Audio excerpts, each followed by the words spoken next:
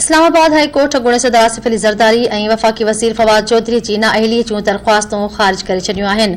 Chief justice अतर मिनल्ला आसिफ अली ज़रदारी ऐं फवाद चौधरी जी नाअहली वारनि दरख़्वास्तुनि ते ॿुधणी कंदे ॿिन्ही ख़िलाफ़ दाख़िल दरख़्वास्तूं ख़ारिज करे छॾियूं।